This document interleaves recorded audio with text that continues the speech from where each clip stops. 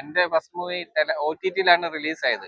First shows എന്ന് പറഞ്ഞ OTT. ആ സമയത്ത് ഉണ്ടായിരുന്ന നീ സ്ട്രീം ഫസ്റ്റ് ഷോസ് എന്ന് പറഞ്ഞ കുറെ OTT ഉണ്ടായിരുന്നു. അതിലാണ് റിലീസ് ചെയ്ത് ഏകദേശം ഒരു 5 ദിവസം കഴിഞ്ഞപ്പം എനിക്കറിയാവുന്ന ഒരാൾ എനിക്ക് മെസ്സേജ് ഇട്ടേക്കുക, അമീറാണ് ടെലഗ്രാം ലിങ്ക് തരാൻ. എന്റെ മാനസികാവസ്ഥ ഒന്ന് ആലോചിച്ചേക്ക്. ഞാൻ ഡയറക്ട് ചെയ്ത സിനിമ ടെലഗ്രാമിൽ. മറ്റേ കപ്പയും മീൻകറി കഴിച്ച് 3 ദിവസമാണ്. അതെ പോയത്. വൈകുന്നേരം ഒരു കപ്പയും മീൻകറി കഴിക്കും. കഴിഞ്ഞിട്ട് താല്പര്യമില്ല, നാളെ എടുക്കാം. അങ്ങനെ പോകുമ്പോഴും ഈ പറയുന്ന പോസ്റ്റുകളെല്ലാം വരുന്നത്. ഇപ്പൊ എന്നെ പോലുള്ള ഞാൻ EMI ഉള്ളതാണ്, ചേട്ടന് EMI ഉള്ളതാണ്. നമ്മൾ EMI ഒക്കെ മുടങ്ങി ടെൻഷൻ എന്തെങ്കിലും കുടുംബ പ്രശ്നങ്ങളായിട്ട് ടെൻഷനായിട്ടായിരിക്കും തിയേറ്ററിൽ പോകുന്നത്. ഒന്നില്ലെങ്കിൽ നമ്മൾ ത്രില്ലർ കാണും, ഒരു ത്രില്ലർ അടിച്ചിരിക്കുക. നമുക്ക് പണ്ട് പറക്കം തളികയാണ് ഞാൻ അവസാനം തിയേറ്ററിൽ. ഒരു സിനിമയിൽ ശ്രീനിവാസൻ പറയുന്നുണ്ട്, 2.5 മണിക്കൂർ എന്റെ മുഖം തന്നെ പ്രേക്ഷകർ കണ്ടോണ്ടിരിക്കട്ടെ, അങ്ങനെ പടം വിജയിക്കട്ടെ. ആ കാലഘട്ടമൊക്കെ പോയി. ഇപ്പൊ കണ്ടന്റ് ആണ് മെയിൻ. ഇപ്പൊ സൂപ്പർ താരങ്ങൾ ഈ ലാസ്റ്റ് ഇറങ്ങിയ വാഴ, മുറ, തമാശ പോലെയുള്ള സിനിമകൾ ഏത് സൂപ്പർ താരം ഉള്ളത്? അത് കണ്ടന്റ് നല്ലതായോണ്ട് ഹിറ്റാണ്. മലയാള സിനിമ അങ്ങനെ മാറിക്കൊണ്ടിരിക്കുകയാണ്. പടം ഇഷ്ടപ്പെട്ടായിരുന്നു. കാരണം അത് ഒന്നെങ്കിൽ അതാണ് സിനിമ, അല്ലെങ്കിൽ എന്റർടൈൻമെന്റ് ആയിരിക്കണം സിനിമ. അതെ, എന്റർടൈൻമെന്റ്. ഒന്നെങ്കിൽ നമ്മളെ സിനിമ കണ്ടിറങ്ങുമ്പോൾ നമുക്ക് ഒന്നെങ്കിൽ നിയമത്തെ കുറിച്ചോ അല്ലെങ്കിൽ മറ്റു കാര്യങ്ങളെ കുറിച്ചോ നമുക്ക് ബോധവാനായിരിക്കും. ഈ ഒരു ലാസ്റ്റ് ഇറങ്ങിയ എല്ലാരും കൂടെ കൈയടിച്ചൊരു സിനിമ ഉണ്ടായിരുന്നു, ജനഗണമന. പൃഥ്വിരാജിന്റെ. സംസാരിക്കുന്ന വിഷയം എന്താണ്? ഈ നിയമവ്യവസ്ഥയെ കുറിച്ച്. ഇന്ത്യയില് 2000-ന് മുകളിലുള്ള നിയമങ്ങളാണ്. എത്ര പേർക്ക് ഇവിടെ നിയമങ്ങൾ? അതാണ് പ്രശ്നം. സ്കൂളുകളിൽ ഒട്ടും പഠിപ്പിക്കുന്നു ഒന്നുമില്ല. ഇതൊക്കെ തന്നെയാണ് ശരിക്കും പറഞ്ഞാൽ സിവിലിയന് ഒരു മന്ത്രിയുടെ പവറാ ഉള്ളത്. അത് ഇവിടുത്തെ സാധാരണ ജനങ്ങൾക്ക് അറിയില്ല. അതാണ് പ്രശ്നം. പിന്നെ ഒരു കാര്യമുണ്ട്, ഈ പണ്ട് 100 ദിവസം ഓടിയ തിയേറ്ററുകളുടെ എണ്ണം കുറവായിരുന്നു. ഇപ്പൊ തിയേറ്ററുകളുടെ എണ്ണം കൂടി, സീറ്റിംഗ് കപ്പാസിറ്റി കൂടിയപ്പം ഒരു സിനിമ എന്ന് പറഞ്ഞാൽ ഒരു 2 വീക്ക് ഓടിക്കഴിഞ്ഞാൽ സക്സസ് ആണ്. അതിന്റെ ഒരു 10 ക്രോറിന്റെ പടം, ഒരു 10 കോടിയുടെ പടമാണെങ്കിൽ 2 വീക്ക് അത്യാവശ്യം ആൾക്കാർ വെച്ച് ഓടിക്കഴിഞ്ഞാൽ അത് സക്സസ് ആണ്. കാരണം വെച്ചാൽ തിയേറ്ററിന്റെ എണ്ണം കൂടി, സീറ്റിംഗ് കപ്പാസിറ്റി കൂടി, അതുകൊണ്ട് സക്സസ് ആണ്. അപ്പൊ അങ്ങനെ അപ്പൊ അതുകൊണ്ടാണ്. ശരിക്കും ഞാൻ വേറെ സംശയം ചോദിച്ചു. ഇരുട്ടായി തുടങ്ങി, നമുക്കേ കിടക്കുന്ന ടാക്സി വിളിച്ചു പോയാലോ? ചേട്ടനോട് പോകുന്നു.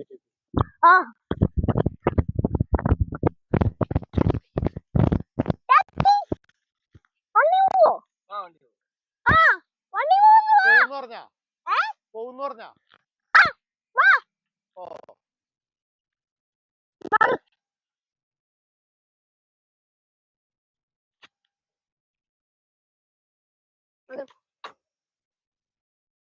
ചേട്ടാ, നമുക്ക് പോവേണ്ടത് ഇവിടെ അടുത്തൊരു കോഫി ഷോപ്പ് ഉണ്ട്. കോഫി ഷോപ്പിൽ നിന്ന് കോഫിയും കുടിച്ചിട്ട് നമുക്ക് വീട്ടിലേക്ക് നേരെ ഫ്രണ്ടിലാണ് കോഫി ഷോപ്പ്. നമുക്ക് അങ്ങോട്ട് പോയാലോ? ശരി. എവിടെ വീട്? എവിടെ? എന്റെ വീട് കോട്ടയം. യൂബർ ഓടും. യൂബറാണോ? യൂബർ ഓടും. പോവാ. അപ്പോ കോഫി ഷോപ്പിലേക്ക്. ഇതിനകത്ത് ഈ SOS ബട്ടണൊക്കെ ഉണ്ടെന്ന് പറയുന്നതൊക്കെ വർക്ക് ചെയ്യുന്നുണ്ട്? വർക്ക് ചെയ്യുന്നുണ്ട്. എല്ലാം പുതിയ വണ്ടിയല്ലേ, എല്ലാം വർക്ക് ചെയ്യുന്നുണ്ട്.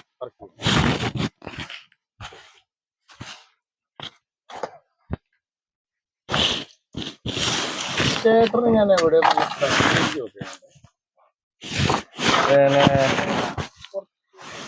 കേറിയപ്പോ തൊട്ട് ഞാനിങ്ങനെ ആലോചിക്കുന്നുണ്ട്, എവിടെയോ കണ്ടു വല്ല പരിചയമൊക്കെ. നമുക്ക് കോഫി ഷോപ്പിലേക്ക്. ശരി.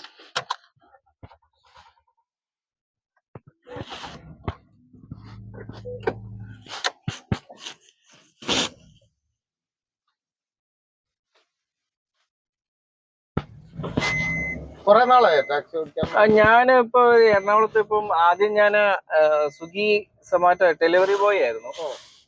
അത് കഴിഞ്ഞിപ്പോ അതിൽ നിന്ന് നമുക്കൊരു വരുമാനം കൊണ്ട് ജീവിക്കാൻ പറ്റാത്തത് കൊണ്ട് ഞാനിപ്പോ ഈ യൂബർ. നേരത്തെ സ്വന്തം വണ്ടിയായിരുന്നു. വണ്ടി നമുക്ക് ഫിനാൻഷ്യൽ ഇത് കൊണ്ട് ഞങ്ങൾ വണ്ടി കൊടുത്തു. ഇപ്പം വേറെ ഒരു സ്ഥലത്തെ വണ്ടി ഓടിച്ച് കഴിഞ്ഞു പോകുന്നു. വേറെ ഞാൻ എവിടെ കണ്ടിട്ടുണ്ടെന്ന് ഞാൻ നിങ്ങൾ മറ്റേ സിനിമ അതെ അതെ ഡയറക്ടറാണ് അല്ലേ? അതെ അതെ ഒരു കുട്ടിയുടെ അമീറ എന്ന് പറഞ്ഞ കുട്ടിയുടെ അത് തന്നെ അമീറ എന്ന് പറഞ്ഞൊരു പടം ഡയറക്ട് ചെയ്തിട്ടുണ്ട്. പിന്നെ ഈ പോസ്റ്റ് കളമശ്ശേരി എന്ന എന്നാ നടനാക്കിയത് അല്ലേ? അല്ലേ? നമുക്ക് നേരെ നേരെ പോലെ നമുക്ക് അങ്ങനത്തെ കോഫി ഷോപ്പ് അല്ലേ? നിങ്ങൾ തന്നെയല്ലേ അത്? അതെ അതെ അതെ ഞാനാണ് ആ വലിയ പാതകം ചെയ്തത്. പക്ഷെ ഞാൻ അന്ന് വരുമ്പോ നിങ്ങള് മറ്റേ ഭയങ്കര ഇതൊക്കെ ആയിട്ട് നിൽക്കുന്ന ഒരു മനുഷ്യനാണെന്നല്ലോ. അതെ അതെ അതെ ഇത് എന്ത് പറ്റി? ഇപ്പൊ സിനിമാ മേഖലയുമായിട്ടുള്ള തർക്കങ്ങൾ അതൊക്കെ കൊണ്ടാണോ? അതുകൊണ്ടൊന്നുമല്ല. പിന്നെ ഞങ്ങളെ പോലുള്ള കുറച്ച് കലാകാരന്മാർ ഞങ്ങള് ഈ കൂട്ടായ്മ എല്ലാരും ഈ കോടികൾ മുടക്കി സിനിമ ചെയ്യുമ്പോ ഞാൻ ചെയ്തുകൊണ്ടുള്ള 2 സിനിമ, ആദ്യത്തെ സിനിമ എന്റേത് വെറും 15 ലക്ഷം രൂപയായിരുന്നു. അപ്പം അത് അതെ അതെ അമീറ എന്ന് പറഞ്ഞ മീനാക്ഷി വെച്ച് ചെയ്ത് വെറും 15 ലക്ഷം രൂപയ്ക്കാണ് ഞങ്ങൾ ആ സിനിമ തീർത്തത്. ആ സമയത്ത് പുതുമുഖങ്ങളെ വെച്ചിട്ട് 1.5 കോടി രൂപയ്ക്ക് തീരുന്ന സമയത്താണ് ഞങ്ങള് ആ സിനിമ 15 ലക്ഷം രൂപയ്ക്ക് കംപ്ലീറ്റ് ചെയ്ത്. അത് ഫ്ലവേഴ്സ് 1 കോടി പ്രോഗ്രാമിനെ കുറിച്ച് പ്രോഗ്രാമിൽ ഞങ്ങൾ അതിൽ അനുഭവിച്ച കഷ്ടതകളെ കുറിച്ചൊക്കെ പറയുന്നുണ്ട്. ഞങ്ങൾ ഫുൾ ടീം താമസിച്ചത് ഒരു റബ്ബർ ഷീറ്റ് പുരയിലായിരുന്നു. ഞങ്ങള് കംപ്ലീറ്റ് ചെയ്യുന്നത് കോഫി ഷോപ്പിൽ. ശരി. നിങ്ങളാണ് ആദ്യം പെട്ടെന്ന് മനസ്സിലായില്ല. ഞാനേ കുറച്ച് നേരമായിട്ട് ഞാൻ ഇങ്ങനെ ആലോചിക്കണ്ട, ഇവിടെ കണ്ടല്ലേ പരിചയമുണ്ടല്ലോ. പിന്നെ നിങ്ങൾ ഒരിക്കലും ഞാൻ അക്സെപ്റ്റ് ചെയ്യണില്ലല്ലോ. ഞാനും ചേട്ടനെ ഒരിക്കലും അക്സെപ്റ്റ് ഇവിടെ വണ്ടിയിൽ വരുമെന്ന് ഞാൻ ഒരിക്കലും ഓർത്തില്ല. യൂബർ ഓട്ടം വിളിക്കുന്നു. ചേട്ടൻ പൊതുവെ മുതലാളിത്ത ഇതിനൊക്കെ എതിരല്ലേ?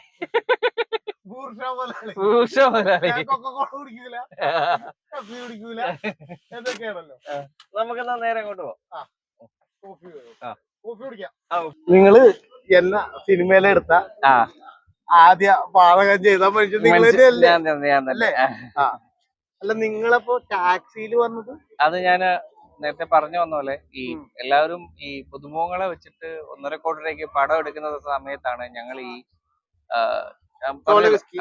അല്ല അമീറ എന്ന് പറഞ്ഞ ഞാൻ പറഞ്ഞല്ലോ റബ്ബർ ഷീറ്റ് പുരയിലൊക്കെ താമസിച്ച് റബ്ബർ ഷീറ്റ് പുരയിലാണ് ഞങ്ങള് ടീം ഫുള്ള് താമസിച്ചത്. അങ്ങനെ റെമുനറേഷൻ ഒന്നും ഇല്ലാതെ വർക്ക് ചെയ്തിട്ടാണ് ആദ്യത്തെ പടം ചെയ്ത്. രണ്ടാമത്തെ ചോലവിസ്കിയും അതുപോലെയൊക്കെ തന്നെ 50 ലക്ഷം രൂപ താഴെ ഏകദേശം ഒരു ഈ ഇടയ്ക്ക് ജനുവരിയിൽ റിലീസ് ചെയ്ത പടങ്ങളുടെ ലിസ്റ്റ് വന്നല്ലോ. ഏകദേശം ഒരു അത്യാവശ്യം ഞങ്ങളുടെ അതേ കാസ്റ്റ് ആൻഡ് ക്രൂ ഉള്ള പടങ്ങള് 3 കോടി 4 കോടി രൂപയൊക്കെ വരുമ്പോ ഞങ്ങള് ഈ സബ്ജക്ട് ചോലവിസ്കി തീർത്തത് 50 ലക്ഷം രൂപ താഴെയാണ് ഇതുവരെ ആയുള്ളൂ. ഈ സെയിം രീതിയിൽ തന്നെ ഞങ്ങള് താമസിച്ച വീടെന്ന് പറഞ്ഞു കഴിഞ്ഞാൽ ഈ ബംഗാളികളൊക്കെ താമസിക്കത്തില്ലേ? ശരിക്കും അപ്പൊ ഞാനൊരു കാര്യം ചോദിച്ചോട്ടെ. ശരിക്കും ഈ പറഞ്ഞ പോലെ ഇപ്പൊ ഈ കഴിഞ്ഞ ദിവസങ്ങളിൽ 30 കോടി 40 കോടി 50 കോടിയുടെ ഒക്കെ വിവാദങ്ങൾ പറയുന്നുണ്ട്. ഇത് ശരിക്കും എന്താണ്? ഇത്രയും കുറഞ്ഞ ബഡ്ജറ്റിലും പടം പിടിക്കാം, കൂടിയ ബഡ്ജറ്റിലും പടം പിടിക്കാം, അങ്ങനെയാണ് അതോ? അതെ അതെ അത് നമ്മുടെ ഓരോ സ്ക്രിപ്റ്റ് ഡിമാൻഡ് ചെയ്യുന്ന പോലെ ഇരിക്കും. ഇപ്പൊ നമുക്ക് വേണമെങ്കിൽ ഇപ്പൊ ഞങ്ങൾ ചെയ്യുന്ന സ്ക്രിപ്റ്റ് എന്ന് പറഞ്ഞു കഴിഞ്ഞാൽ ഇപ്പൊ ഞാൻ പറഞ്ഞ 50 ലക്ഷം രൂപയ്ക്ക് താഴെ പടം ഞങ്ങൾ ആദ്യം എന്ന് വെച്ചാൽ നോർമൽ എല്ലാവരും സ്ക്രിപ്റ്റ് ചെയ്യുമ്പോ സ്ക്രിപ്റ്റിനകത്ത് തന്നെ നമുക്ക് ബഡ്ജറ്റ് കുറയ്ക്കാൻ പറ്റും. ഇപ്പം നമ്മൾ യൂറോപ്പിൽ ഷൂട്ട് ചെയ്യും, വിദേശത്ത് പോകുന്നു, പിന്നെ ആർട്ട് വർക്ക്, പിന്നെ ഭയങ്കര മമ്മൂട്ടി മോഹൻലാല് പോലെയുള്ള സെലിബ്രിറ്റികൾ 15-30 കോടിയാണ് ഒരു സിനിമയ്ക്ക് വാങ്ങുന്നത്. പറഞ്ഞെങ്കിൽ ഞാനും ചോദിച്ചു ഞാൻ അറിയാണ്ട് അല്ലെ ഞാനും ചോദിച്ചു. എന്റെ തലയ്ക്ക് 1 കോടി രൂപ, എന്റെ തല വെച്ച് 1 കോടി രൂപ. അപ്പൊ ഞങ്ങൾ പറഞ്ഞു തന്നെ ഇപ്പം ഞങ്ങളിപ്പോ ഫസ്റ്റ് ഈ ആർട്ട് വർക്ക് ഇങ്ങനെയൊക്കെയാണ് ഡേയ്സ് കൂടി പോകുന്നത്. അതൊക്കെയാണ് പിന്നെ എന്താണ് സ്റ്റേ. അപ്പൊ ശരിക്കും ഇപ്പൊ ഇത് ഡയറക്ടർമാർ ഒരിക്കലും ഇതേപോലെ ഒരു ടാക്സി ഓടിച്ചൊരിക്കലും അക്സെപ്റ്റ് ചെയ്യുന്നില്ല. ഇല്ല അതിപ്പോ അതാണ് ഞാൻ പറഞ്ഞ ഈ ഞങ്ങൾ ഈ സെക്കൻഡ് മൂവി ചോലവിസ്കി ചെയ്തപ്പോഴും ഇവരുടെ ഒരു ബംഗാളിയുടെ സാലറി മേടിച്ചിട്ടാണ് ഞാൻ വർക്ക് ചെയ്തത്. അപ്പൊ ഞാന് അതില് പകുതിയോളം പേയ്മെന്റ് ഇപ്പോഴും കിട്ടാനുണ്ടായാലും ഞാൻ ചോദിച്ചിട്ടില്ല. കാരണം കലയോടുള്ള താല്പര്യം കാരണം ഈ ലാസ്റ്റ് ഉള്ള പോസ്റ്റ് പ്രൊഡക്ഷനും ഞാൻ പൈസ പോലും വാങ്ങാതെ വർക്ക് ചെയ്ത്. കാരണം ആ സിനിമ ഇറങ്ങണം എന്നുള്ള ഒരു ഇതുകൊണ്ട് ബഡ്ജറ്റ് ഷോർട്ടാണ്. കാരണം ഈ ചെറിയ പടങ്ങൾ ചെയ്യുമ്പോൾ ബഡ്ജറ്റിന്റെ പ്രശ്നം കാരണം. അതുകൊണ്ട് പിന്നെ ഇത് വീട്ടിൽ അരി മേടിക്കണ്ടേ, അതുകൊണ്ട് ഞാൻ ടാക്സി ആയിട്ട് ഇറങ്ങി. ഞങ്ങള് നോർമല് ഫസ്റ്റ് സിനിമയിൽ എനിക്ക് തോന്നുന്നു 5 ലക്ഷം രൂപ തൊട്ട് 8 ലക്ഷം രൂപയാണ് നോർമൽ ഡയറക്ടേഴ്സ് വാങ്ങുന്നത്. അമീറ എന്ന് പറഞ്ഞ കുട്ടിയെ കൊണ്ടുവരുന്നത് നിങ്ങളാണ്? അല്ല, ആ കുട്ടി മീനാക്ഷി ഒപ്പം അമരക്തർ അന്തോണിയിലൊക്കെ വന്നിട്ടുണ്ടെങ്കിലും ആ ഒരു സെൻട്രലൈസ്ഡ് ക്യാരക്ടർ കൊണ്ടുവന്നത് നിങ്ങളാണ്. അതെ അതെ, അമീറ എന്ന് പറഞ്ഞ പ്രോജക്ട് നല്ല വളരെ മീനാക്ഷിയുടെ അച്ഛന്റെ കഥയായിരുന്നു. അവര് സഹകരിച്ചു. പിന്നെ കോട്ടയം രമേശേട്ടനൊക്കെ വന്ന് സഹകരിച്ചു. അവര് കോട്ടയം രമേശേട്ടന് മീനാക്ഷി ഒന്നും പേയ്മെന്റ് ഇല്ലാതെയാണ് വർക്ക് ചെയ്തത്. അപ്പൊ പിന്നെ ഈ എല്ലാവരുടെയും ഈ പ്രൊഡ്യൂസേഴ്സ് പറയുന്ന പോലെ തന്നെ ഈ എല്ലാവരുടെയും സാലറി ഒരു മെയിൻ ഇഷ്യൂ ആണ്. അപ്പം ഞാൻ പറഞ്ഞല്ലോ, ഈ 3.5-4 കോടിക്ക് ചെയ്യേണ്ട സബ്ജക്ട് ഞാൻ ചെയ്യുന്നത്, ഞങ്ങൾ ഫസ്റ്റ് സ്ക്രിപ്റ്റ് എഴുതുമ്പോൾ ബഡ്ജറ്റ് കൂടേണ്ട സംഭവങ്ങളില്ലേ, വലിയ എയർപോർട്ടിലെ ഷൂട്ട്, അതുപോലെ തന്നെ റെയിൽ, അങ്ങനെയുള്ള വലിയ സംഭവങ്ങൾ ഒഴിവാക്കിയിട്ടാണ് ഞങ്ങൾ സ്ക്രിപ്റ്റ് ചെയ്യുന്നത്.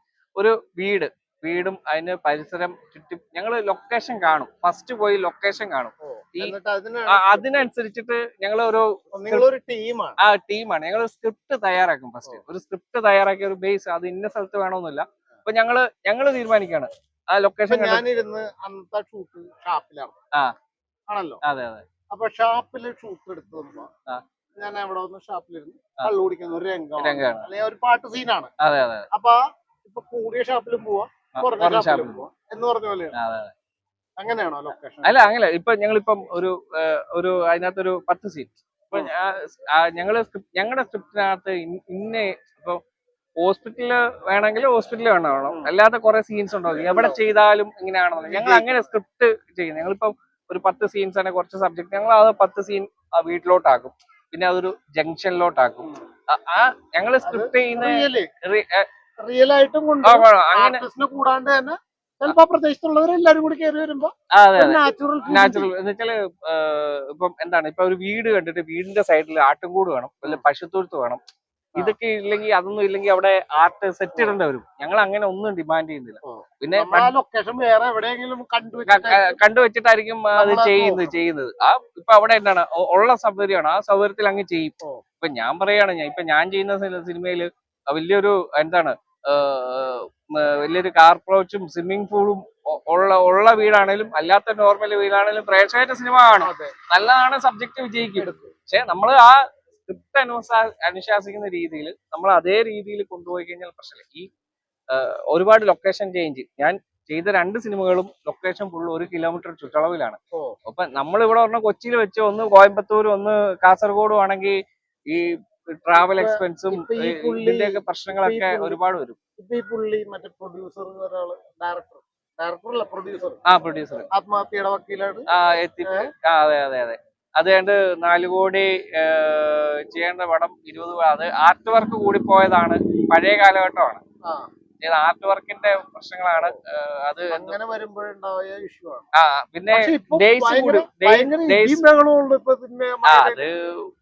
അവസാനം മന്ത്രി സജി ചെറിയാനും മറ്റവരൊക്കെ പറഞ്ഞത് അടിപിടി ഉണ്ടാവുന്നത് നല്ലതാണ് സിനിമയ്ക്ക്. അതിപ്പോ കുറെ പേര് ഇതിന്റെ ഏതോ ഒരു സിനിമ വലിയൊരു പടം റിലീസ് ആകുന്നതിന്റെ പ്രൊമോഷൻ ആണെന്നും പറയുന്നുണ്ട്. അങ്ങനെ രീതിയിൽ സംസാരിക്കുന്നുണ്ട്. ഒരു സൂപ്പർ താരം, അങ്ങനത്തെ ഒരു സൂപ്പർ താരത്തിന്റെ പടം വരുന്നുണ്ടല്ലോ ഇപ്പൊ ഉടനെ തന്നെ, അതിന്റെ ഒരു പ്രൊമോഷൻ ആണെന്നും പറയുന്നുണ്ട്. എല്ലാം പല രീതിയിലും ഇപ്പം നെഗറ്റീവ് പബ്ലിസിറ്റി ആണല്ലോ ഇപ്പം കയറിപ്പോവാൻ, ഒരു പടം ട്രെൻഡിങ്, ഒരു ഹൈപ്പിലോട്ട് എത്തിക്കാനുള്ള ഒരു ഇത് അങ്ങനെയാണെന്നും പറയുന്നത്. അതിനിപ്പോ നമ്മളൊന്നും അറിയാതെ ഒന്നും പറയുന്നത് ശരിയല്ല. അതാണ് ഞാൻ താരത്തിന്റെ പേരും മറ്റുള്ള കാര്യങ്ങളൊന്നും തുറന്ന് പറയാറില്ല. ഞാൻ കണ്ടത് ഫേസ്ബുക്കിൽ കണ്ടത് മോഹൻലാലിന് 30 കോടി, മറ്റേ മമ്മൂട്ടിക്ക് 15 കോടി. സിനിമയിൽ അഭിനയിക്കുന്നതിന്റെ എമൗണ്ട് ആണ്. ഇത്രയും വലിയൊരു എമൗണ്ട് കൊടുക്കുന്നത്. പക്ഷെ അതിലൊരു വേറൊരു റീസൺ എന്ന് പറഞ്ഞു കഴിഞ്ഞാല്, ഇപ്പം ലാലേട്ടനും മമ്മൂക്ക എന്ന് പറഞ്ഞു കഴിഞ്ഞാല് അവർക്ക് അതിലുള്ള ഒരു ബിസിനസ് നടക്കുന്നുണ്ട്. 15 മേടിച്ചാലും 30 മേടിച്ചാലും അവർക്ക് ആ ഒരു ബിസിനസ് നടക്കുന്നുണ്ട്. അവർക്ക് അവരുടെ സിനിമ അതുപോലെ സെല്ലാവുന്നുണ്ട്. മറ്റേ പണ്ട് ഇപ്പൊ മറ്റേ സാറ്റലൈറ്റ് ഇല്ല സാറ്റലൈറ്റ് എമൗണ്ട് അവർക്ക് അല്ല അങ്ങനെയല്ല അത്രയും എമൗണ്ട് ഇല്ലെങ്കിലും അവർക്കൊരു അവരുടെ ഒരു മാർക്കറ്റിംഗ് എന്നാലും കുറച്ചുകൂടെ ഡിസ്ട്രിബ്യൂട്ടേഴ്സ് ആണെങ്കിലും മറ്റുള്ള കാര്യങ്ങളൊക്കെ ആണെങ്കിലും കുറച്ചൊക്കെ ബിസിനസ് നടക്കുന്നുണ്ട്. പക്ഷെ അത് കൂടുതലാണോ കുറവാണോ എന്ന് ഞാൻ പറയാൻ ആളല്ല. കാരണം ഞാൻ ചോദിച്ചത് ഈ ഇത്രയും വലിയൊരു എമൗണ്ട് കൊടുത്ത് സിനിമ ഇറങ്ങുമ്പോ അത്രയും വലിയൊരു പ്രേക്ഷകരെ അതിനകത്ത് കിട്ടണമല്ലോ. പിന്നെ ഇപ്പൊ മലയാള സിനിമയുടെ ഇപ്പൊ ഈ അടുത്ത ദിവസങ്ങളിൽ പൊളിഞ്ഞൊരു പടമാണ് മറ്റേ മോഹൻലാലിന്റെ ഒരു പടം ഉണ്ടല്ലോ, ഏതാണ് മോഹൻലാൽ മറ്റേ ഭൂതത്താനൊക്കെ ബറോസൊക്കെ പൊളിഞ്ഞു പോയ പടമാണ് അല്ലേ? ബറോസൊക്കെ പൊളിഞ്ഞു പോയി. പക്ഷെ ഇത്രയും വലിയൊരു കോടികളൊക്കെ കൊടുത്ത പ്രൊഡ്യൂസറുടെ അവസ്ഥ എന്തായിരിക്കും?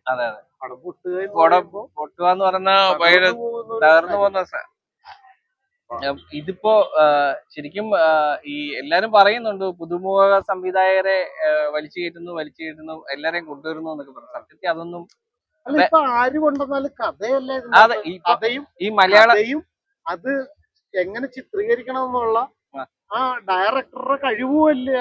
അതെ ഇപ്പം മലയാള സിനിമ അല്ല ഇപ്പൊ ഈ ഒരു സിനിമയില് ശ്രീനിവാസൻ പറയുന്നുണ്ട് 2.5 മണിക്കൂർ എന്റെ മുഖം തന്നെ പ്രേക്ഷകർ കണ്ടോണ്ടിരിക്കട്ടെ, അങ്ങനെ പടം വിജയിക്കട്ടെ. ആ കാലഘട്ടമൊക്കെ പോയി. ഇപ്പൊ കണ്ടന്റ് ആണ് മെയിൻ. ഇപ്പൊ സൂപ്പർ താരങ്ങൾ ഈ ലാസ്റ്റ് ഇറങ്ങിയ വാഴ, മുറ, തമാശ പോലെയുള്ള സിനിമകൾ ഏത് സൂപ്പർ താരം ഉള്ളത്? അത് കണ്ടന്റ് നല്ലതായോണ്ട് ഹിറ്റാണ്. മലയാള സിനിമ അങ്ങനെ മാറിക്കൊണ്ടിരിക്കുകയാണ്. ഈ മലയാളി പ്രേക്ഷകര് ഭയങ്കരമായിട്ട് അപ്ഡേറ്റഡ് ആയി. അവരിപ്പം സിനിമയുടെ ക്യാമറയെ വശം, എഡിറ്റിംഗ് വശം, പോസ്റ്റ് പ്രൊഡക്ഷൻ, CG വരെ, ഗ്രാഫിക്സ് വരെയുള്ള കാര്യങ്ങൾ എല്ലാവർക്കും നോളജായി. പക്ഷെ ആരെയും പറ്റിക്കാൻ പറ്റില്ല, എന്തെങ്കിലും കാണിച്ച് പറ്റിക്കാൻ പറ്റത്തില്ല. നല്ല ഇപ്പം പണ്ടത്തെ ഒരു സ്റ്റൈൽ ഉണ്ടായിരുന്നു. 90 കാലഘട്ടത്തിലൊക്കെ കുറച്ച് മസാല, കുറച്ച് സ്റ്റണ്ട്, കുറച്ച് സെന്റി, കുറച്ച് കോമഡി, അങ്ങനെ കണ്ട് സിനിമ വിജയിപ്പിക്കുന്ന കാലങ്ങൾ പോയി. ഇപ്പൊ റിയൽ ലൈഫാണ് വേണ്ടത്. അതെ റിയൽ ലൈഫാണ് വേണ്ടത്. ഇപ്പൊ നായകന് വലിയ ഹീറോയിസോ നായികക്ക് ഹീറോയിസോ അങ്ങനെ ഒന്നും വേണ്ട. അല്ലെങ്കിൽ പ്രേക്ഷക നല്ല കണ്ടന്റ് ആയിരിക്കണം.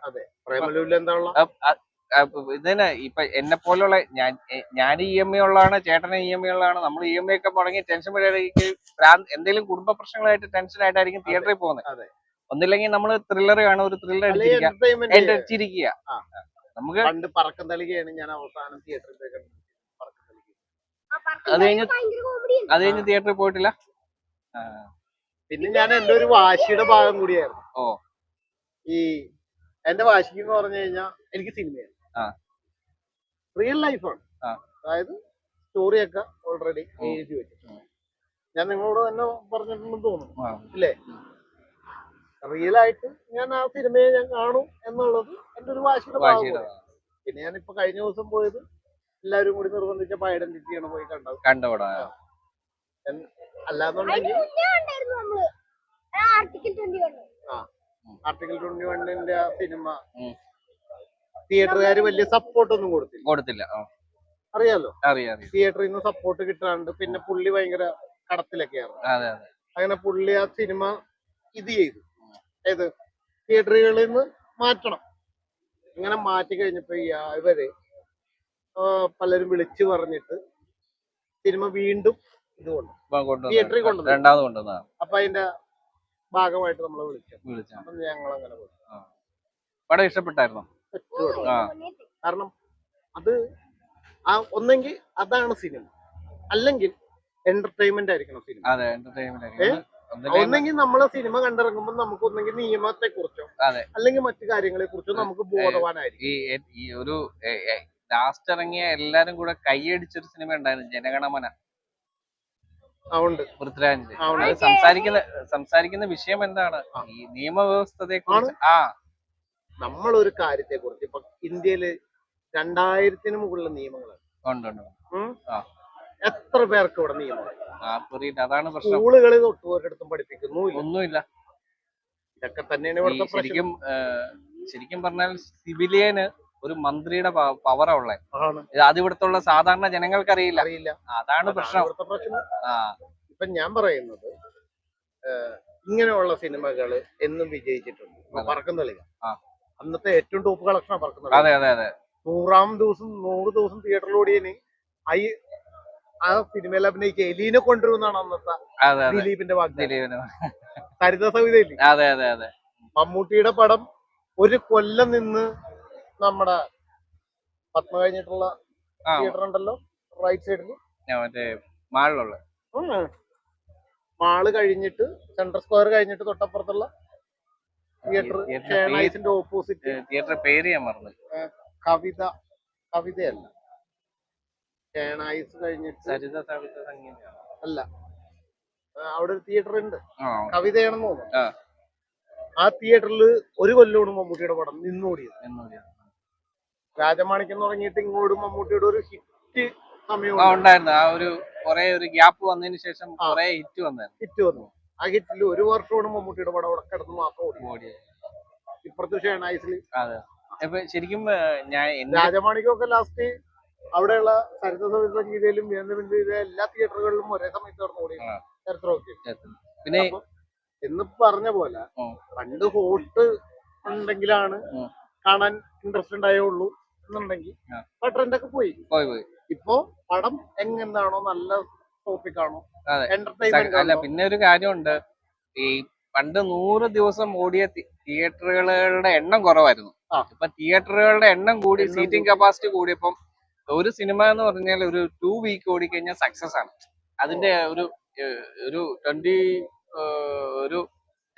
10 ക്രോറിന്റെ പടം, ഒരു 10 കോടിയുടെ പടമാണെങ്കിൽ 2 വീക്ക് അത്യാവശ്യം ആൾക്കാർ വെച്ച് ഓടിക്കഴിഞ്ഞാൽ അത് സക്സസ് ആണ്. കാരണം വെച്ചാൽ തിയേറ്ററിന്റെ എണ്ണം കൂടി, സീറ്റിംഗ് കപ്പാസിറ്റി കൂടി, അതുകൊണ്ട് സക്സസ് ആണ്. അപ്പൊ അങ്ങനെ അപ്പൊ അതുകൊണ്ടാണ് ശരിക്കും ഞാൻ ഇപ്പൊ വേറെ സംശയം ചോദിച്ചത്. ഇപ്പൊ ഈ പടങ്ങള് ഇപ്പൊ ഞാൻ കാണുന്ന അല്ലെങ്കിൽ കാണാൻ ആഗ്രഹിക്കുന്ന പടങ്ങളെല്ലാം ടെലഗ്രാമിൽ വരും. ടെലഗ്രാം അങ്ങനെയുള്ള സോഷ്യൽ മീഡിയ പ്ലാറ്റ്ഫോമുകളിലൊക്കെ വരും. ഫേസ്ബുക്ക് ഉണ്ട്, യൂട്യൂബ് ഉണ്ട്, എല്ലാത്തിലും വരും. അപ്പൊ എങ്ങനെ പോകും? അത് നഷ്ടം വരും. ഇതിപ്പോ ഏറ്റവും വലിയ കോമഡി എന്ന് വെച്ചാല്, ഞാൻ എന്റെ ഫസ്റ്റ് മൂവി OTT-ലാണ് റിലീസ് ആയത്. ഫസ്റ്റ് ഷോസ് എന്ന് പറഞ്ഞ OTT ആ സമയത്ത് ഉണ്ടായിരുന്ന നീ സ്ട്രീം ഫസ്റ്റ് ഷോസ് എന്ന് പറഞ്ഞ കുറെ OTT ഉണ്ടായിരുന്നു. അതിലാണ് റിലീസ് ചെയ്ത് ഏകദേശം ഒരു 5 ദിവസം കഴിഞ്ഞപ്പം എനിക്കറിയാവുന്ന ഒരാൾ എനിക്ക് മെസ്സേജ് ഇട്ടേക്കുക, അമീറാണ് ടെലഗ്രാം ലിങ്ക് തരാൻ. എന്റെ മാനസികാവസ്ഥ ഒന്ന് ആലോചിച്ചേക്ക്. ഞാൻ ഡയറക്ട് ചെയ്ത സിനിമ ടെലഗ്രാം ലിങ്ക്. പക്ഷെ അത് സ്റ്റോപ്പ് ചെയ്യാനുള്ള കാര്യങ്ങൾ ഇതുവരെ ഒന്നും ആയിട്ടില്ല. കാരണം പരാതി കൊടുത്തു. ഞാൻ പരാതി കൊടുത്തു, എല്ലാം നടന്നു. ഇന്ന് വരെ ഒരുപാട് ഡയറക്ടർമാർ, ഒരുപാട് ആൾക്കാർ പരാതി കൊടുത്തു. പക്ഷെ അതിനകത്തല്ലേ പൃഥ്വിരാജോ ആരാ കണ്ട്, ജയസൂര്യയാണെന്ന് തോന്നുന്നു. ജയസൂര്യയുടെ ഒരു സിനിമയുമായിട്ട് ബന്ധപ്പെട്ട് ജയസൂര്യ കൊടുത്ത പരാതിയിലാണ് നടപടിയെടുത്തത്. പക്ഷെ ശരിക്കും ശ്രമിച്ചു കഴിഞ്ഞാൽ അതൊക്കെ നടക്കാവുന്ന കാര്യങ്ങൾ. കാരണം ഇപ്പം താല്പര്യമില്ല. ഈ ഫസ്റ്റ് ഈയിടയ്ക്ക് ഏതോ ഒരു തിയേറ്ററിൽ നിന്നൊക്കെ പിടിക്കുകയും ചെയ്തായിരുന്നു. മൊബൈലില് പിടിച്ചിട്ട് പബ്ലിഷ് ചെയ്യും, ഓൺലൈൻ സൈറ്റില് യൂട്യൂബിലൊക്കെ പബ്ലിസിറ്റി ചെയ്യുന്നു. അപ്പൊ തന്നെ പൊട്ടിയില്ലേ പടം. അങ്ങനെയുള്ള ഒരുപാട് പ്രശ്നങ്ങളുണ്ട്. അതൊക്കെ ഒരു സൈഡായിട്ട് കിടക്കുന്നു. പിന്നെ റെമുനറേഷന്റെ കാര്യം എനിക്ക് ഏകദേശം സത്യമാണെന്ന് എനിക്ക് തോന്നുന്നു. കാരണം എന്റെ രണ്ടാമത്തെ ചിത്രവും ആദ്യത്തെ ചിത്രം എന്ന് പറഞ്ഞാൽ മീനാക്ഷിയും കോട്ടയം രമേശേട്ടനും പൈസ വാങ്ങാതെയാണ് അഭിനയിച്ചത്. അപ്പൊ എന്റെ രണ്ടാമത്തെ ചിത്രം ചോലവിസ്കിയിലും അവരൊക്കെ 75-80 വാങ്ങിയവര്, ഞാൻ അവരുടെ വീട്ടിൽ പോയി കരഞ്ഞ് കാല് പിടിച്ച് പറഞ്ഞുകൊണ്ട് 30-20 ഒക്കെ വാങ്ങിയതുണ്ട്. റെമുനറേഷൻ ഒരു മെയിൻ ഇഷ്യൂ തന്നെയാണ്. പിന്നെ ഇപ്പൊ ഞങ്ങള് ഡയറക്ടറുടെ വായിലാണ്. പിന്നെ അതുമല്ല, പിന്നെ ഈ മാക്സിമം ഡേയ്സ് പോകുന്നു. ഈ ശരിക്കും 100 ദിവസവും 200 ദിവസവും ഒക്കെയാണ് ഒരു ദിവസം ഒരു സീൻസ് ഒക്കെയാണ് പോകുന്നത്. ഞങ്ങള് ഈ ചോലവിസ്കി സീൻസ് തീർത്ത വെറും 17 ദിവസം കൊണ്ടാണ്. ഞങ്ങള് ഒരു ദിവസം 4 ഞാൻ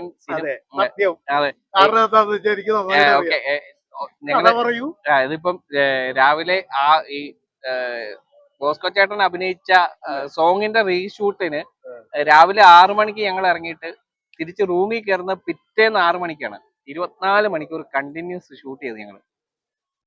ബോസ്കോ ചേട്ടൻ വരുമ്പോ ഞങ്ങൾ അവിടെ ലവ് സോങ് ചെയ്തോണ്ടിരിക്കുക. ബോസ്കോ ചേട്ടൻ അഭിനയിച്ച മറ്റേ ഷാപ്പിലെ സോങ് പിറ്റേന്ന് 6 മണിക്കാ തീരുന്നു.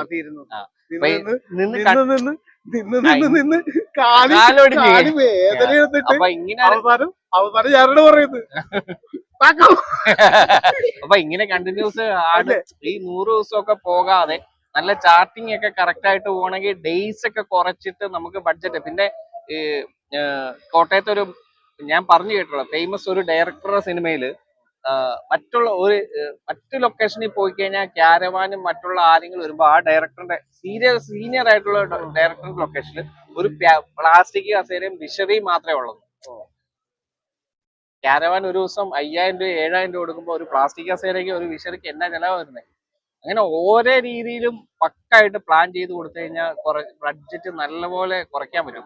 പിന്നെ റൂംസ് എന്തിനാണ് എവിടെ കിടന്നാലും എന്നെ സംബന്ധിച്ച് ഇപ്പൊ റോട്ടിൽ കിടന്നാലും ഒരു പായ പിടിച്ചു കഴിഞ്ഞാൽ എനിക്ക് ഉറക്കം വരും. ഒരു ചെറിയൊരു റൂം എടുക്കുക, വലിയ റൂം. പിന്നെ ഫുഡിന്റെ കാര്യത്തില് ഞങ്ങളുടെ ലൊക്കേഷനിൽ ഞങ്ങള് ഇഡലിയും ചമ്മന്തിയും ദോശയും സാമ്പാറും ഇങ്ങനെയൊക്കെ ഉള്ള രീതിയിലാണ് ഞങ്ങൾ ഉച്ചയ്ക്ക് എന്തെങ്കിലും ചെറിയ 2-3 കറികൾ A to Z കാര്യങ്ങൾ ഞാൻ ഒരു പ്രൊജക്ട് ഡിസൈനറും കൂടെയാണ്. എന്റെ ആദ്യത്തെ ചിത്രവും രണ്ടാമത്തെ ചിത്രവും ഡിസൈൻ ചെയ്ത് ഞാനാണ്. കാരണം A to Z കാര്യങ്ങൾ എനിക്കറിയാം.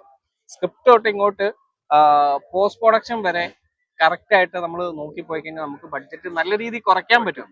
പക്ഷെ ഞാൻ കൃത്യമായിട്ട് അറിയാൻ പാടില്ല സിനിമയെ അതെ അതെ ആദ്യമായിട്ട് കാശിക്ക് കയ്യിൽ വന്നപ്പോ എടുക്കാൻ മോഹിച്ചിരിക്കണോണ്ട് ഇതിപ്പം ഞാനിപ്പം ആർട്ട് സ്ക്രിപ്റ്റിനകത്ത് തന്നെ ആർട്ട് പർച്ചേസ് എനിക്കറിയാം എത്ര രൂപ വരുമെന്ന്. അപ്പൊ ഞാനത് കറക്റ്റ് ബഡ്ജറ്റ് പ്രൊഡ്യൂസർക്ക് ഇട്ട് കൊടുക്കും. അതുപോലെ തന്നെ കോസ്റ്റ്യൂം ഇപ്പം ബോസ്കോ ചേട്ടൻ വന്നപ്പോ ബോസ്കോ ചേട്ടൻ ശരിക്കും പറഞ്ഞ ഡയറക്ടറാണ് തീരുമാനിക്കേണ്ടത്. അവനെ കുത്തുവാള എടുപ്പിക്കണോ അതോ കുറഞ്ഞ ബഡ്ജറ്റിൽ എടുപ്പിക്കണോ? പിന്നെ ഞാൻ പറഞ്ഞ സിനിമ ഞാൻ ചെയ്ത സിനിമ ഞാൻ പറഞ്ഞ ബഡ്ജറ്റിൽ തീർന്നു. കാരണം ഞാനിപ്പോ പറഞ്ഞല്ലോ, ഞാൻ 3.5-4 കോടി വരുന്ന പടമാണ് 50 ലക്ഷം രൂപയ്ക്ക് തീർക്കുന്നത്. അപ്പൊ ഞാൻ ഉദ്ദേശിച്ച ബഡ്ജറ്റിൽ നിന്നും കുറച്ച് കയറിപ്പോയിട്ടില്ല എന്ന് പറയുന്നില്ല. പക്ഷെ അതൊരു 5-6 ലക്ഷം ഒക്കെ മാക്സിമം 8 ലക്ഷം കൂടി പോയിട്ടുള്ളൂ. അപ്പം 4 കോടിന്ന് 20 കോടിയിലോട്ട് 16 കോടി കൂടി പോയിട്ടില്ല കേട്ടോ. പക്ഷെ അത് കൂടാൻ കാരണം എന്ന് വെച്ച് കഴിഞ്ഞാല് 5-8 ലക്ഷം കൂടിയിട്ടുള്ളൂ. അത് കൂടാൻ കാരണം എന്ന് പറഞ്ഞു കഴിഞ്ഞാൽ അതിനകത്ത് ആർട്ടിസ്റ്റ് കൂടി, ഒരുപാട് കാര്യങ്ങൾ അങ്ങനെ നമ്മൾ എലിക്കാം ഉൾപ്പെടെ അങ്ങനെ കുറെ കാര്യങ്ങൾ അപ്ഡേഷൻ ആയിട്ട് കുറെ കാര്യങ്ങൾ കൊണ്ടുവന്നിരുന്നു. നമ്മൾ പറയുമ്പോ എല്ലാം പറയണമല്ലോ. അപ്പം ഇതാണ് ഇപ്പം അപ്പൊ എല്ലാരും പറയും സന്തോഷ് പണ്ഡിറ്റ് സാർ 5 ലക്ഷം രൂപയ്ക്ക് പടം എടുത്തെന്ന്. അപ്പം അത് എന്തായാലും ഞാൻ ഇത് വലിയ ആനകൂന സംഭവം ചോലോസ്കിയെ കുറിച്ച് പറയുന്നില്ല. എല്ലാവരും ഈ സിനിമ തിയേറ്ററിൽ കണ്ടതിന് ശേഷം ഞാൻ പറഞ്ഞ കാര്യങ്ങളൊന്ന് ഫോളോ ചെയ്യും. കാരണം ഇതിനകത്ത് ഞാനവിടെ ഷാപ്പില് ഷൂട്ട് എടുക്കാൻ പറ്റുമല്ലോ, ഷാപ്പിലേക്ക് നിൽക്കുക. അപ്പൊ എല്ലാരും അവിടെ ഉണ്ട്. എന്നെ കണ്ടോടുകൂടി എല്ലാരും കൂടി എക്സൈറ്റ് ആയി നേരെ ഷാപ്പിന്റെ മുതലാളി അവിടെ നിന്ന്. അപ്പൊ മറ്റേ താടിക്കാരനൊക്കെ ഉണ്ട് അവിടെ. മുതലാളി വന്നിരിക്കുക, എന്താ വെറുതെ ഷാപ്പ് കാണാൻ വേണ്ടി വന്ന് നടന്നത്? ഈ ഷാപ്പിൽ കലക്കുകളിൽ നടന്നെങ്കിലും ഒരു ആരോട് ഒറിജിനൽ കള്ള് അന്തിക്കള്ള് ഇപ്പൊ അപ്പൊ തന്നെ പുള്ളി 5 മിനിറ്റ് കഴിഞ്ഞപ്പോ തിരിച്ചു വന്നേക്കുക. എന്തായി സാറേ അന്തിക്കള്ള് തീർന്നു, എന്നാ ഒരു കുപ്പി കൂടി പോരട്ടെ?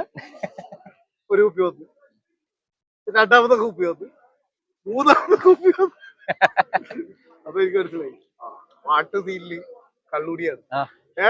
എന്നാ പിന്നെ റിയൽ ആയിക്കോട്ടെ, പിന്നെ കിട്ടൂല.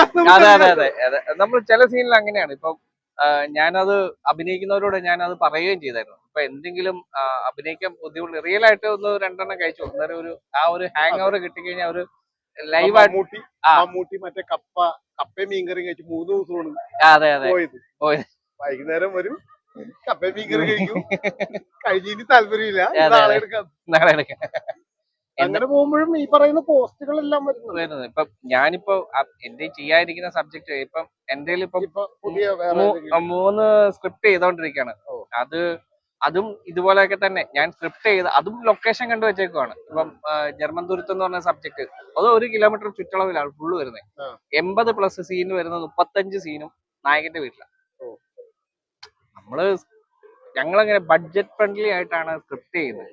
നിങ്ങൾ തന്നെ നിങ്ങളുടെ ബാനറിൽ തന്നെയാണോ അതോ? ഇല്ല, പ്രൊഡ്യൂസറെ കണ്ട് സംസാരിച്ചത്. പക്ഷേ ഈ ചോലോവിസ്കി കണ്ടതിന് ശേഷം, ചോലോവിസ്കി റിലീസ് ആയതിനു ശേഷം അങ്ങനെ ഒരു മാറ്റത്തിലേക്ക് വരണം എന്നാണ് എന്റെ ഒരു ആഗ്രഹം. കാരണം എനിക്ക് എനിക്ക് സിനിമയിൽ നിന്ന് ഒരു വരുമാനം കിട്ടിയിട്ട് വേണ്ട ഇതിന്റെ ഇടയിൽ എനിക്ക് ഞാൻ സ്വന്തമായിട്ട് പണിയെടുക്കുന്നുണ്ട്. ഇതിന്റെ ഇടയിൽ ഒരു ആരോപണമുണ്ട്, നിങ്ങളൊരു ഒരു പടം ഇതേപോലെ തന്നെ എടുത്തിട്ട് പൊട്ടി ആകെ കടത്തുമേലോട്ട് ദാരിദ്ര്യത്തിലേക്കൊക്കെ പോയി കഷ്ടപ്പാടിലേക്കൊക്കെ പോയി എന്നൊക്കെ പറഞ്ഞൊരു അതുണ്ട് ആരോപണം ഞാൻ ഉണ്ട് ഉണ്ട് ഉണ്ട്. കാരണം ആദ്യത്തെ സിനിമ ഞങ്ങളാണ് പകുതി പൈസ മുടക്കിയത്.